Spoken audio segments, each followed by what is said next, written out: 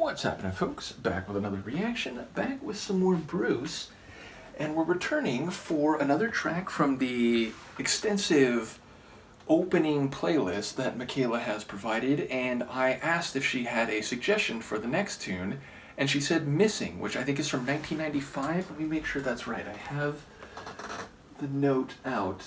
Yes, 1995, and Michaela says it shows yet another sonic side of Bruce's material. So, yeah, obviously Missing, it's a single word title I often talk about. Those are tough to get a read on in advance, and of course I've learned with Bruce's song titling and songwriting, there is often a narrative behind a word or a phrase that exceeds the literal meanings of the word and phrase itself, so it's not easy to get a read more generally, but especially with a one-word title. Missing does speak to absence, something's presence in a particular situation, context, or location is not there, and thus there may be ramifications to that, there may be connotations to that, and I am maybe inclined to see that with emotional ramifications, even if it is a person's presence, which I suppose is my most likely hypothesis, but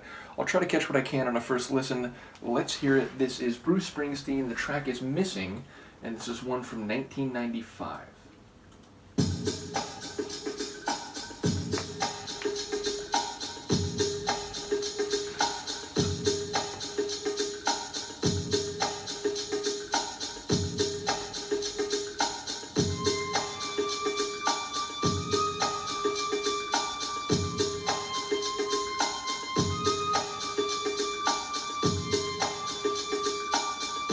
Bit of an Eastern feel.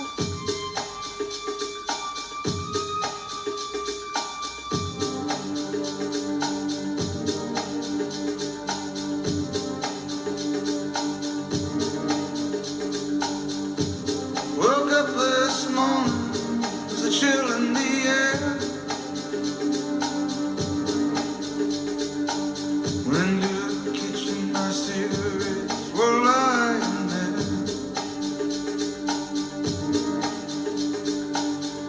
Jacket hung on the chair the way I left it last time.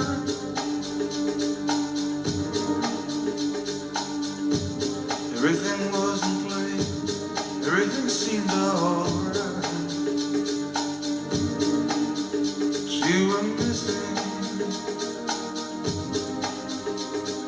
missing.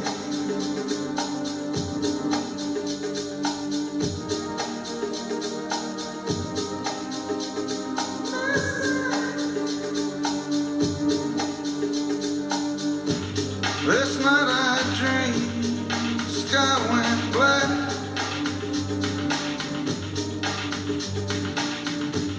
You were drifting down, couldn't get back.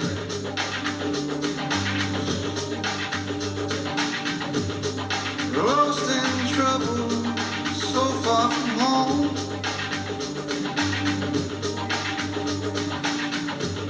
I reached for you, my arms were like stone. Hoping you were missing, missing.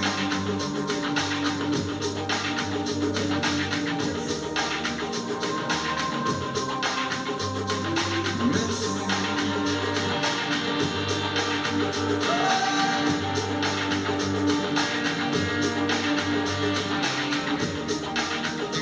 Search for something to explain.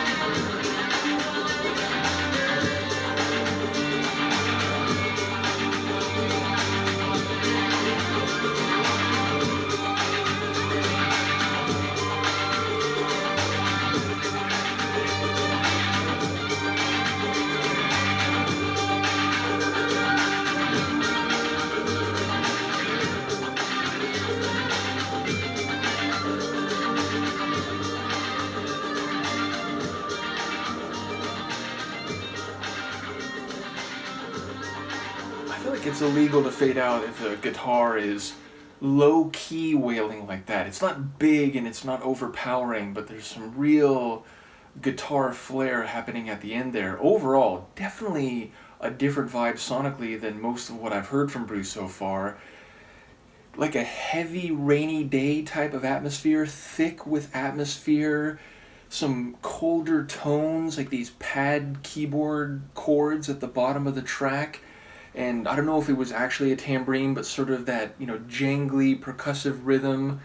And then eventually there was a more like metallic style snare, and it was like a snare with a little flourish, That rhythm came in and I found very compelling. So it had a bit of a like atmospheric, down-tempo, slightly Eastern tinged sound to it. And yes, I was thinking, number one, generally speaking, I get a sense for what's happening here, though I think even then you could maybe go two different ways with it, and I didn't hear anything that definitively told me that one or the other interpretation would be more valid. It is quite likely I missed something, and if I did, and it is more definitively one way or another, or maybe entirely different from what I'm thinking, then obviously I look forward to people's comments. But yeah, what I got is, again, someone is missing. He's woken up, and it's beginning to dawn on him that they're now gone, and feeling that very acutely, though he's also saying, it's like you were here just a moment ago, and that moment could be more literal, like literally it was just the day before, and this is the first day that I'm going to assume this is a she, is gone. It could also be an indication of the way our brains have a weird relationship with time, especially if the duration when she was there was very lengthy, because even if it's been a month, 2 months, a year since she's been missing or gone, then that can feel like it was just a moment ago. And a little side anecdote, it did make me think, my maternal grandparents, they lived to be very elderly. My grandpa died when he was 99. My grandma died a few years earlier. It was like 5 or 6 years earlier, when I think she was 95, though she was a couple years older. So I think he was alive like 6 or so years after she had passed. And I remember, we'd still visit him because he lived pretty close to where my nuclear family lived. And he would talk to my mom or to me and, my older sister. And I remember after my grandma passed, he would say that, she still talks to me at night and so on. And he didn't mean like when he was dreaming. And, we kind of rolled with it, and my mom, was sort of like, well, I don't know what to say to that, Dad, and so on. But especially as I got older and I thought about it more, I get it. Like, if someone and some experience is a part of your everyday life, year after year, decade after decade, the idea of it suddenly being excised and no longer part of your daily experience, your brain is not going to understand that or process that very easily. And it probably will do things to, or maybe not to accommodate that, but might still be feeling those strains of phenomenological data, the sounds, the sense, the sights of a person and an experience, a relationship you've known for so long. So, not so much being delusional, but just literally your brain is like carrying on what it knows, even though physically, sonically, in an olfactory sense, it's not actually there literally or in reality anymore. So I was thinking of that. Now, the two interpretations, I think I couldn't get a sense for whether, like, did she leave? Is it, did the relationship end and she decided to take off and go on to a different life to leave him behind? Or did she pass away? There were multiple lines where I felt like it kind of works with either interpretation. And I was thinking missing, like, yeah, it's the presence of someone, their physical presence. But like I said, it's also like the sound of their voice. And, he says, like, he can hear her voice, coming from other rooms and so on. So again, whether that's his mind's ear and mind's eye projecting to the point where it's almost like he can really hear it and see her, or whether it's more metaphorical, and it's like, I remember when you were there just a moment ago, whether that moment is again more literal or figurative. I remember you saying this when you were standing there, and I could smell your perfume, or there was a breeze in the room, and it's the way our memories are linked by association, and sense and sounds and sights can cue other aspects of our memory. You hear a song and you suddenly think of what you were doing and who you were with, and maybe even what you were wearing or where you were going when you heard that song in a very prominent experience. And so it is again when you craft memories in a place with someone over a longer period of time. So again, I don't know if one of those possibilities was more definitively articulated here, but what I caught would seem to work with both of them. And again, either timeline, the idea that she really left the night before, and so he wakes up, there's a cold feeling, suddenly the home feels less like a home and more like a house, more like a building with a series of rooms, and less like a shared emotional space with another person.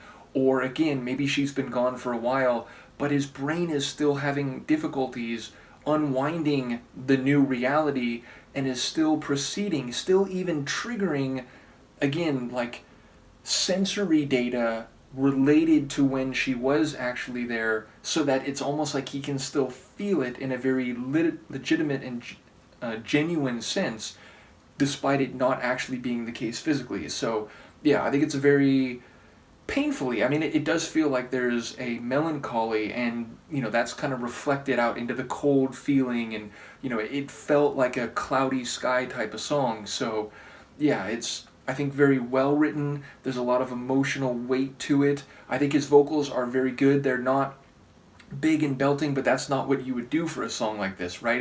It's more cerebral, it's internal, psycho-emotional, with shadows like ghosts, wisps of someone, their voice, their presence, the sight of them, the smell of them, everything. So yeah, I think his vocal performance is in a nice, smooth, and a bit melancholy place, which is where it makes sense for a song like this. So yeah, a really top tune, definitely a new flavor of his music relative to most of what I've heard so far. So I will continue to not only do the best I can to keep up with his songwriting and try to get a sense of things on a first listen, and of course, please do understand, I re-listen to these songs, I begin to understand better, and of course people's comments, and Michaela posting the lyrics, I learn quicker than I would have in previous decades with the way I engage with music. But I'm very much enjoying this select playlist. I'm looking forward to the many, many chapters of the Bruce journey that will follow it. Let me know what you think, and I'll see you for the next one. Peace.